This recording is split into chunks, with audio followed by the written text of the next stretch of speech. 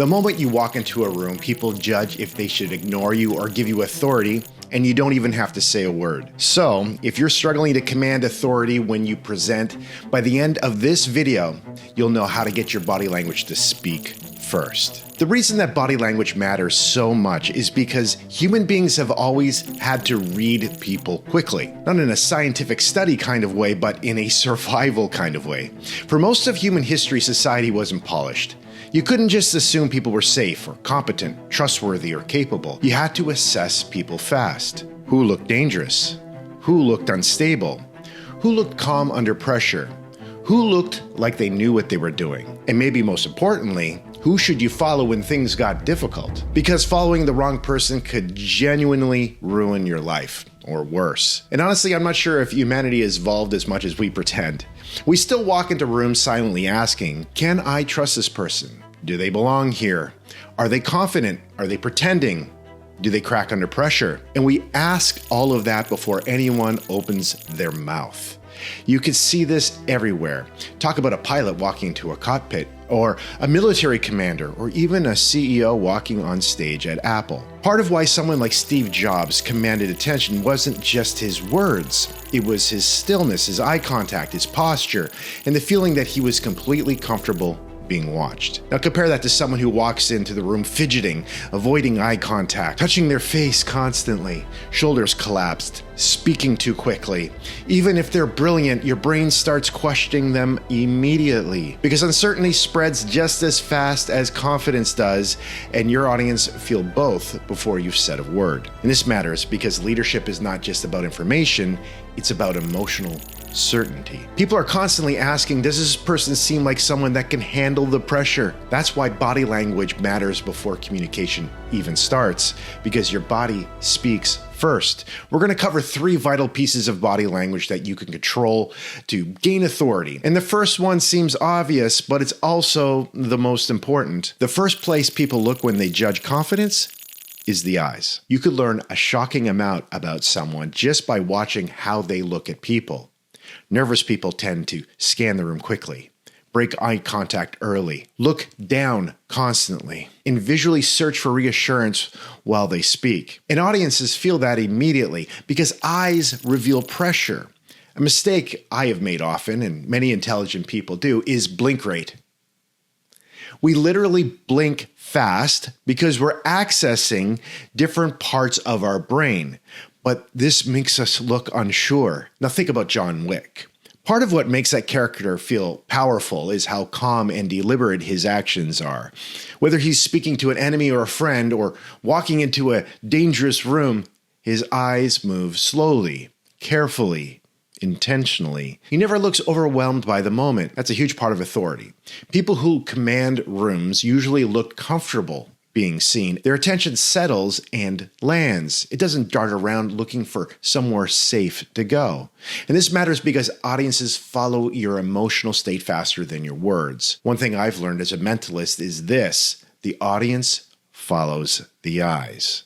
If your eyes look uncertain, everyone starts feeling uncertain. If your eyes look calm and relaxed, people relax. This is why so many smart people accidentally look less competent when presenting. Their words may be intelligent, but their eyes are rushing, bouncing everywhere, nervous system leaking out visually. So here's a simple adjustment. The next time you speak, finish your thought, hold eye contact for 1 extra beat, then slowly move on to the next person. You don't need to stare people down.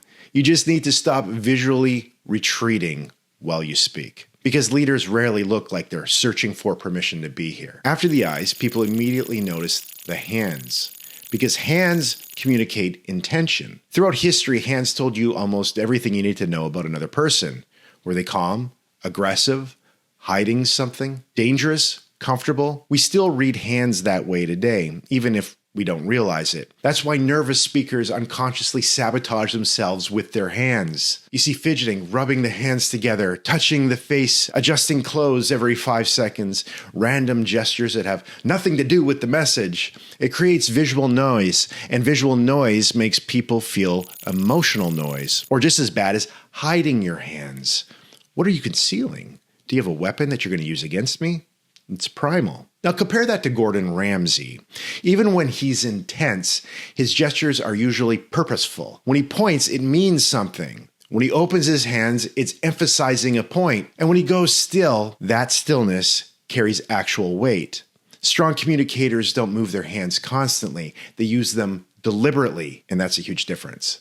A lot of people think charisma means high energy. Usually it means controlled energy. One of the fastest ways to look more authoritative is to reduce unnecessary movement. Because the difference between random movement and intentional movement is the difference between looking nervous and looking in control. One thing I teach leaders is this: your hands should support the message, not compete with it. If every sentence comes with frantic gestures, people stop focusing on the words and start focusing on anxiety. There's an actual presentation mistake I call landing the airplane, when someone's hands are doing absolutely everything except helping the presentation. So here's a practical adjustment.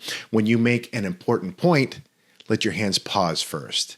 Then gesture with intention and let them settle again. That rhythm creates authority because calm movement feels confident, and confidence makes people listen differently. Now, this next one sounds small until you start noticing it everywhere. The chin leads posture, and posture changes how people experience you before you even speak. In sports, coaches constantly pay attention to the chin because it often controls the entire stance.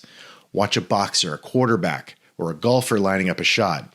The chin affects balance, focus, readiness, and composure. When the chin collapses forward, the body usually follows. The shoulders round, the chest closes, the whole posture sinks, and people feel that immediately. Now look at someone like Michael Jordan. Part of what made Jordan feel so commanding was not just his skill, it was his bearing. His chin stayed level, his posture stayed upright, and even under pressure, he looked composed and physically certain. That presence changes how people interpret confidence. And this matters because many professionals accidentally present themselves in a physically defeated position without even realizing it. Laptop posture, phone posture, collapsed shoulders, the chin tucked down when speaking, and they wonder why they don't feel authoritative in meetings. Your body is literally signaling retreat. Now, to be clear, this is not about puffing your chest out like some internet alpha male nonsense. People can feel fake posture immediately too. Real authority looks grounded, relaxed, shoulders, long spine, chin level, stance stable. The goal is to look physically comfortable while carrying the weight of responsibility. Suddenly, the voice opens up, breathing improves, eye contact improves, and your movements slow down naturally. When people try to look authoritative, they usually start adding things. More movement, more intensity, more words, and more performance. But the people who generally command attention often do the opposite. Watch Morgan Freeman in almost any role. He rarely appears rushed. His movements are economical. His pauses have weight. And even his silence feels intentional. There's a steadiness to him. And that steadiness creates authority because audiences are constantly reading emotional state. And the strange thing is, the harder someone tries to feel important, the less grounded they usually feel. One adjustment that changes people immediately is slowing down physically by 20%. Walk slightly slower. Pause a fraction longer before answering. Let eye contact hold just a beat more. And allow gestures to finish before starting the next thought. At first, it may feel unnatural, but to everyone else, it often reads as confidence. Because calm is contagious. In leadership, people often borrow their emotional tone from the person at the front of the room. You do not need to become a different person to look more authoritative. You usually just need to remove the physical habits that leak uncertainty. People decide how they feel about you before your presentation even begins, through your eyes, your hands, and your posture, your calmness under pressure. The leaders who command the most authority are often the least performative people in the room. Someone like Warren Buffett. Simple, calm, clear.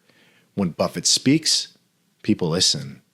Watch this video where I break down Warren Buffett's communication style.